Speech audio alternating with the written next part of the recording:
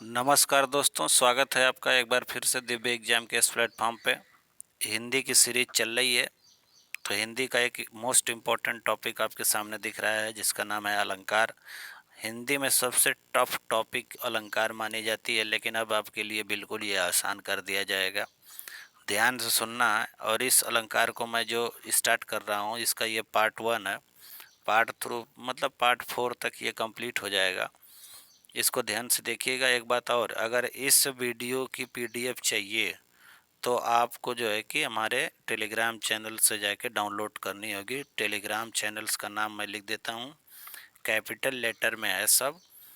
UPP फार, इस UPP के बाद स्पेस है, फिर फार है, और फिर यहाँ पे है दिव्य एग्जाम, DIVYA, सब कैपिटल लेटर में, एग्ज़ाम, EXAM। तो ये हमारा टेलीग्राम चैनल है, इसको आप तुरंत ज्वाइन करिए। UPP dash for dash Divya exam. इसमें आपको जो है कि इस अलंकार की PDF मिल जाएगी, जिसको आप डाउनलोड कर सकते हैं, अपनी नोट्स बना सकते हैं। तो बच्चों, इस टेलीग्राम चैनल को ज़रूर से ज़रूर ज्वाइन करें, ताकि जितनी भी PDF आपको चाहिए सब मैं आपको टेलीग्राम में दे दूँगा। तो चलो स्टार्ट करते हैं। ये अलंकार, अलंकार का मतलब होता है बच्चों, इसमें शुरू से बचपन से पढ़ते आ रहे हो, बहुत सिंपल और सरल भाषा में आपको समझाएंगे। ऐसा समझाएंगे कि दोबारा नहीं पढ़ना पड़ेगा। वैसे भी हमारी जितनी भी वीडियो अगर एक बार ध्यान से देख लो तो दोबारा नहीं पढ़नी पड़ेगी। अलंकार में ये कहा जाता है कि जिस प्रकार मनुष्य की शोभा जो है क्या, आभूषण बढ़ाते हैं, सोने चांदी के जो आभूषण होते हैं वो मनुष्य की शोभा बढ़ाते हैं और लोग उसको पहन के चलते हैं, शोभा बढ़ाते हैं। उसी प्रकार जो है अलंकार जो है काव्यों की शोभा बढ़ाते हैं। काव्य की शोभावर्धक जो कारक होते हैं उन्हीं को अलंकार हम कहते हैं। अलंकार बच्चों 3 प्रकार के बताए गए हैं। अगर मैं बड़े राइटर्स की बात करूं तो 3 प्रकार के हैं। पहला है शब्द अलंकार, दूसरा है अर्थ अलंकार, तीसरा है उभय अलंकार। तो शब्द अलंकार हम स्टार्ट करेंगे, तो शब्द अलंकार की परिभाषा और प्रकार के बाद आगे बढ़ेंगे। तो यहाँ पे देख लीजिए, अलंकार से काव्य की शोभा बढ़ाने वाले कारकों को अलंकार कहते हैं। जो काव्य होगा, अरे काव्य का मतलब है जो आप कविताएं पढ़ते हैं, पहली बात ये समझ लीजिए। अच्छा, कविताओं में अलंकार का प्रयोग क्यों किया जाता है? ताकि कविताएं आकर्षक लगें, सुंदर लगे, पढ़ने में आनंदवर्धक फील हो, समझ रहे हैं, इसीलिए अलंकारों के प्रयोग किए गए। तो इसलिए अलंकारों का प्रयोग किया गया। तो काव्य की यानी कविताओं के या मुहावरों उसके, या आप जो है कि किसी आप रामायण महाभारत पढ़ रहे हैं उसमें जो पंक्तियां दी हुई हैं उनके शोभा बढ़ाने वाले कारकों को अलंकार कहते हैं। अलंकार बच्चों 3 प्रकार के होते हैं। पहला शब्द, दूसरा अर्थ, तीसरा उभय। तीनों अलंकारों को हम आपको आसान से आसान भाषा में आपको देंगे एग्जाम्पल के थ्रू, जिससे आप आसानी से समझ पाए और किसी भी एग्जाम के लिए ये इम्पोर्टेंट होने वाला है। ठीक है, तो शब्द अलंकार में आ जाइए। तो शब्द अलंकार में ये कह रहा है कि जो अलंकार शब्द विशेष की शोभा बढ़ाते हैं उन्हें शब्द अलंकार कहते हैं। शब्द विशेष मतलब जैसे मान लो बेटा कोई एक शब्द है कानन, कानन एक शब्द है, तो शब्द विशेष की शोभा बढ़ाते हैं। लेकिन एक बात ये ध्यान देना है कि अगर मान लीजिए कि शब्द अलंकार की हम बात कर रहे हैं, वो शब्द विशेष की शोभा बढ़ाने वाले कारकों को शब्द अलंकार कहते हैं। यहाँ शब्द का मतलब ये है ना कि जैसे मान लो कोई शब्द लिखा हुआ है, जैसे कानन कठिन भयंकर भारी। अगर मैं एक एग्जांपल लूँ कि कानन कठिन भयंकर भारी, अगर मान लो ये मैं ले लिया एक भयंकर भारी, तो यहाँ शब्दों पे फोकस करता है, वर्णों पे फोकस करता है। देखियो क वर्ण की 2 बार आवृत्ति हुई है ना, अब भ वर्ण की भी 2 बार आवृत्ति हुई है। ठीक है, तो वर्णों पे जो फोकस करने वाले होते हैं, शब्दों को ध्यान देना है, उन्हीं शब्दों में वर्णों को जो है कि देखिए यहाँ पे फोकस कर रहा है। और जो है कि यहाँ पे क वर्ण की 2 बार आवृत्ति हुई है और भ वर्ण की भी 2 बार आवृत्ति हुई है। तो ये क्या है? अनुप्रास अलंकार। और 2 बार ही आवृत्ति हुई है तो ये 6 का अनुप्रास है। अब हम बताएंगे, टेंशन मत लो, बस इतना जान लो कि शब्द की शोभा बढ़ा रहे हैं तो यहाँ वर्णों की हम आवृत्ति से इनको पकड़ लिए। हालांकि शब्दालंकार ने में बस शब्द को ध्यान से देखना है, उसके वर्णों को ध्यान से देखना है। अभी हम अनुप्रास बता रहे हैं, ठीक है। इसके बाद यदि हम यमक की बात करेंगे, बस शब्द पकड़ेंगे, फिर श्लेष की बात करें, बस शब्द को पकड़ के उसी से हम आपको समझाएंगे कि इसमें क्या ध्यान देना है, ठीक। चलो ये अभी इस पे मैं कंफर्म करता हूँ। अच्छा एक बात और है, अगर मान लो कोई शब्द दे दिया गया, यहाँ शब्द का पर्यायवाची भी रख देने से अलंकार की शोभा नहीं रह पाती। अगर मान लो शब्द दिया है कि कानन कठिन भयंकर भारी, तो अब कानन के स्थान पे अगर उसका पर्यायवाची शब्द यूज कर दें हम, तब इन शब्दों का जो है शोभा नहीं बढ़ेगी। तो पर्यायवाची नहीं यूज करना है, जो शब्द उसमें यूज किए गए हैं वही यूज किए जाएंगे, तब जो है कि उसकी शोभा बढ़ेगी। शब्द अलंकार में शब्द या वर्ण, अच्छा एक बात और है, ये जो मैं बातें बता रहा हूँ ना, ये टेक्निकल चीज़ है, तो इस पे भी नहीं जाना है। ये नहीं कि जो सर बता रहे हैं, ये बातें बता रहे हैं, इनको बहुत ध्यान से, ये रूल्स हैं, यही रूल है, इसी को पकड़ने से होगा। नहीं नहीं यार, मैं बताऊंगा ना, टेंशन मत लो। शब्द अलंकार में शब्द वर्ण विशेष पर ध्यान देते हैं। अगर वर्ण विशेष पर ध्यान देने वाली बात आ जाएगी, तब वो सारे अनुप्रास अलंकार हो जाएंगे। हम देंगे, बताएंगे, शब्द या वर्ण विशेष पर ध्यान देते हैं हम। शब्द अलंकार के अंतर्गत अनुप्रास आएगा, यमक आएगा, आपका श्लेष आएगा, ठीक। तो दो चीज़ों पे ध्यान देना है शब्द अलंकार में, कि शब्द और वर्ण विशेष पर ध्यान देकर हम शब्द अलंकार की पहचान करते हैं। शब्द अलंकार 3 प्रकार के होते हैं। तो हम सबसे पहले अनुप्रास की बात करेंगे। शब्द अलंकार में जो पहला अलंकार है, क्या है? अनुप्रास है। तो अनुप्रास को देख लीजिए। अनुप्रास का है कि वर्ण या वर्ण के समूह एक से अधिक बार आए तो वहाँ अनुप्रास अलंकार होता है। कोई वर्ण हो बच्चों, या वर्ण का समूह हो,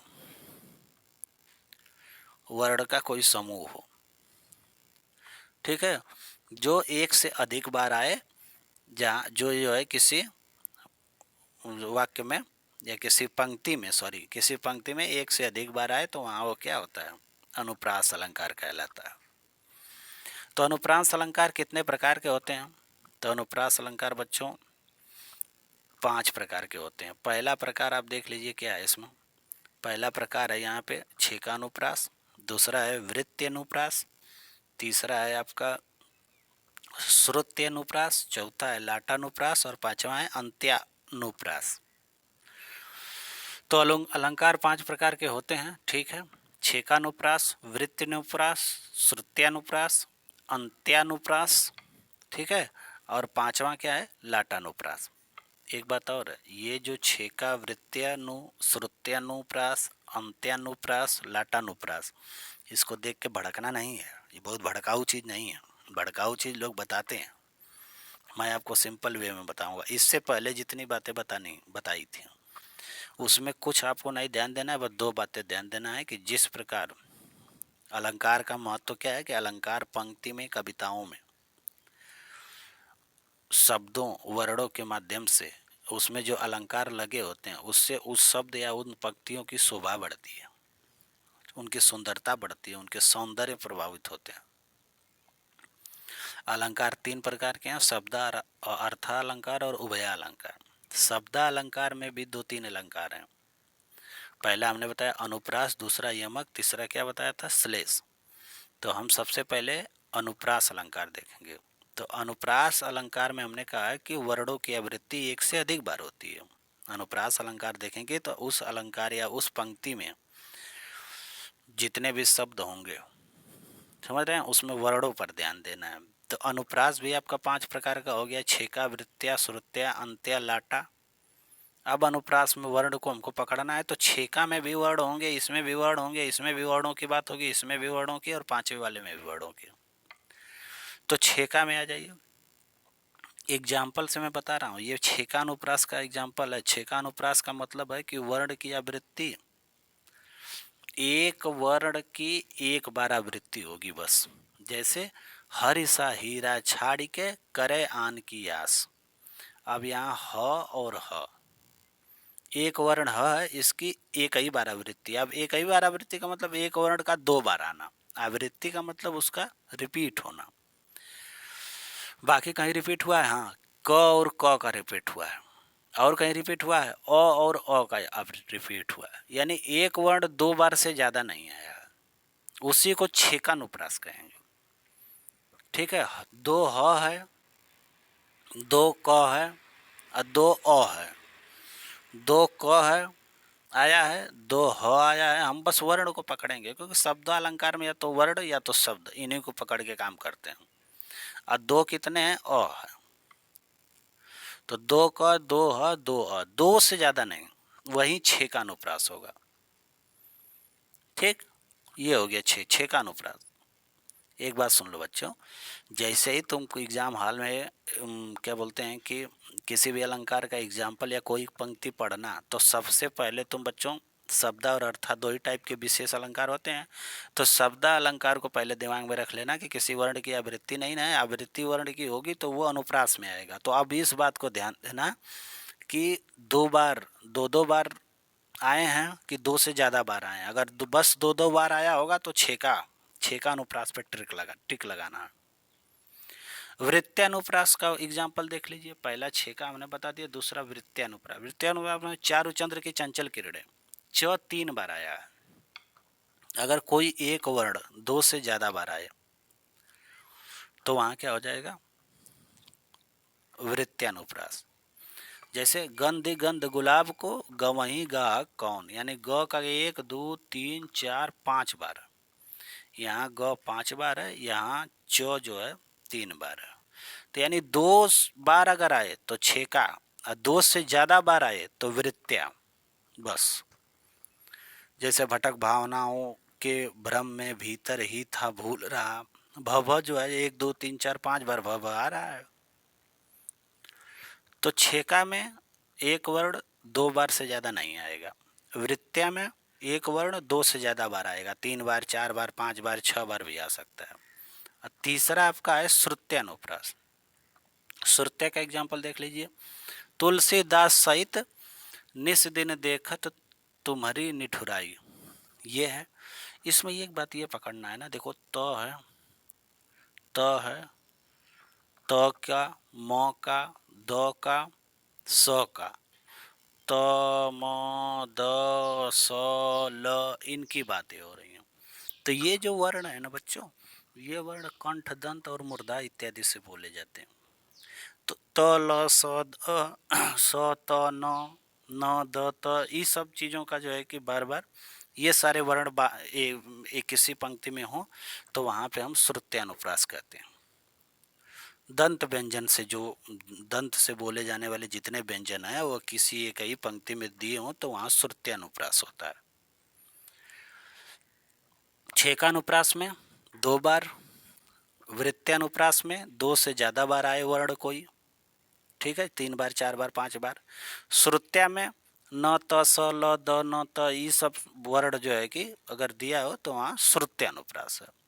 इसके बाद अंत्यानुप्रास है। अंत्यानुप्रास में देखो क्या एग्जाम्पल इसका क्या होता है कि इसमें जो है ना, अंत्यानुप्रास में क्या होता है कि जो अंतिम वर्ण या व्यंजन है वो समान होते हैं। जैसे आप रामायण पढ़े हो ना, रामायण पढ़े हो ना, जामवंत के वचन सुहाए सुनि हनुमंत हृदय अति भाए, तो जामवंत के वचन सुहाए, लास्ट में ए आ रहा है ना, अंतिम वर्ड समान है। अरे रामायण आप रोज ही देखते हो, देखोगे कि लास्ट में अंतिम वर्ड समान है, तो वहाँ पे कौन सा है, अंत्यानुप्रास। अंत्यानुप्रास का अंतिम, अंत्या से अंतिम वर्ण या स्वर अगर समान हो, देखो यहाँ पे है समान। संत हृदय नवनीत समाना ना, कहा कवियों पर कही न जाना ना, ना से यहाँ लास्ट, ना से यहाँ अंत, यहाँ भी ना से अंत, यहाँ भी ना से अंत, समाना जाना। तो ये अंत्यानुप्रास हो गया। अंत्या एकदम आसान है बच्चों, अंत्या की जैसे ही बात आएगी रामायण वाली लाइन याद रख लेना, ठीक है। देवी पूज्य पद कमल तुम्हारे, सुर मुनि, अरे सुर नर मुनि सब हो ही सुखारे, रे से खत्म, यहाँ भी र से अंत, वहाँ भी रे से अंत, तो अंत्यानुप्रास। और इसके बाद लास्ट वाला है लाटानुप्रास। लाटानुप्रास में क्या होता है बच्चों, ध्यान देना है कि इसमें जब कोई शब्द दो से ज़्यादा बार आ रहे हैं लेकिन अर्थ सेम ही होते हैं। देखो यहाँ पे, यहाँ भी पूत, यहाँ भी पूत, दो बार आ गया। कपूत, सॉरी, धन यहाँ भी और धन यहाँ भी, यानी 2 बार पूत और 2 बार धन। इस पूत में इस पुत्र, इस धन में इस धन, इस पूत में इस भी पुत्र, इस धन में इस भी धन। यानी 2 बार आ रहा है पूत, लेकिन अर्थ एक ही है। धन भी 2 बार आ रहा है, लेकिन अर्थ धन का मतलब पैसा ही है, कहीं चेंजिंग वगैरह कुछ नहीं है। ठीक है, तब भी यहाँ पे क्या है, अनुप्रास अलंकार, और उस अनुप्रास अलंकार में कौन सा, लाटानुप्रास। ठीक, तो लाटानुप्रास में एक बार रिवाइज करो बच्चों। लाटानुप्रास में शब्द जो है 2 बार आए या 2 से ज़्यादा बार आए, लेकिन अर्थ उस पूरे पंक्ति में एक ही हो। इस पूत में भी बेटा, इस पूत में भी, इस पूत में भी बेटा, इस पूत में भी बेटा, इस धन में भी पैसा, इस धन में भी पैसा। ये लाटा हो गया। अंत्य का मतलब अंतिम वर्ण या स्वर समान हो तो अंत्य, अंत्य हो गया। श्रुत्या का मतलब क्या है कि त ल स द स त न स ये सब आए। वृत्या में हमने क्या कहा कि वृत्या में देख लो, वृत्या में हमने बताया कि एक ही वर्ण एक मतलब 2 से ज़्यादा बार आए, 3 4 5 बार आ जाए, 2 से ज़्यादा बार च च च 3 बार आ गया, तो ये वृत्यानुप्रास हो गया। और छेका में एक वर्ण केवल 2 बार आए, ह अ 2 बार आया है, क क 2 बार आया है, अ 2 बार आया, तो 2 बार से ज़्यादा ना आए। तो ये पूरा अनुप्रास की कहानी हुई। ठीक, इसको इसकी पीडीएफ चाहिए बच्चों तो मेरे टेलीग्राम चैनल पर, टेलीग्राम चैनल क्या है, UPP डैश फार डैश दिव्य एग्ज़ाम, सब कैपिटल में है, दिव्य एग्जाम। और इसको आप ज्वाइन कर लें टेलीग्राम को, ताकि आपको पीडीएफ आसानी से मिल सके। और इस चैनल को सब्सक्राइब करिए, शेयर करिए और ज़्यादा से ज़्यादा लोगों तक पहुंचाइए। बहुत बहुत धन्यवाद, थैंक यू सो मच।